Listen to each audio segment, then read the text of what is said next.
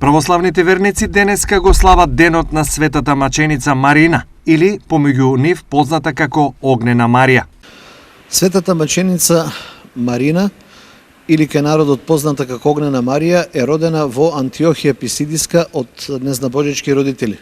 На своја 12 годишна возраст таа прв пат го слушнала Светото писмо и како Христос се воплотил од Света Дева Марија, бил роден, проповедал и бил мачен и воскреснал заради нас, луѓето, и заради нашето спасение.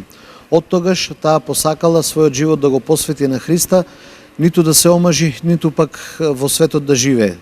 Но незиниот татко толку ја намрзил, бидејќи бил незнабожец, и ја предал на судијата Оливри, кој најпрво, гледајќи ја незината телесна убавина, сакал да ја земе за сопруга, но таа категорично го одбила Оливри и му кажала дека никогаш нема да се поклони на идолите кои ниту имаат чувства, ниту имаат душа, ниту имаат тело, но се изработени од човечка рака, ниту знаат дали некој ги слави или ги безчести. На тоа била ставена на жестоки маки, но там Света Марина сето тоа го прифатила и радувајќи се одела на страданијата и на маките. Кога била фрлена во затвор, прво се јавил ѓаволот во вид на змија кој сакал да ја проголта незината на глава, но таа, осенувајќи се со честниот крст, прекрстувајќи се, змијата пукнала и веднаш потоа таа ја видела божествената слава, како зидовите на затворот и кровот да не постојат, ја видела небесата и ангел Господов и рекол: радувај се, Марина, невесто Христова, радувај се во своите маки и наскоро ќе бидеш во прегратките на својот Господ. Така и се случило.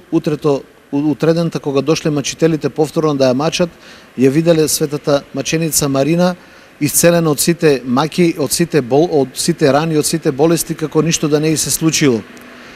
Потоа ја дале на мачење на жесток оган и потопување во вода, но светата Марина сето тоа го поднесувала како да не е во незиното тело, но како да е некаде на друго место, тоест во Царството Божјо.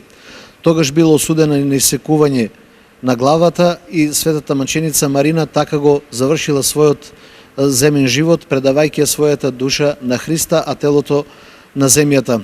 Дел од незините мошти се чуваат на Светагора, но дел од незините мошти има и во Албанија, во православен манастир, каде што и ден денес се случуваат чудеса, а и муслиманите и православните ја исклучително почитуваат ова света маченица, чувајќи го манастирот. Дури и во времето на Отоманската империја никој не положил рака на овој манастир кој се наоѓа во Албанија на брегот на Охридското езеро.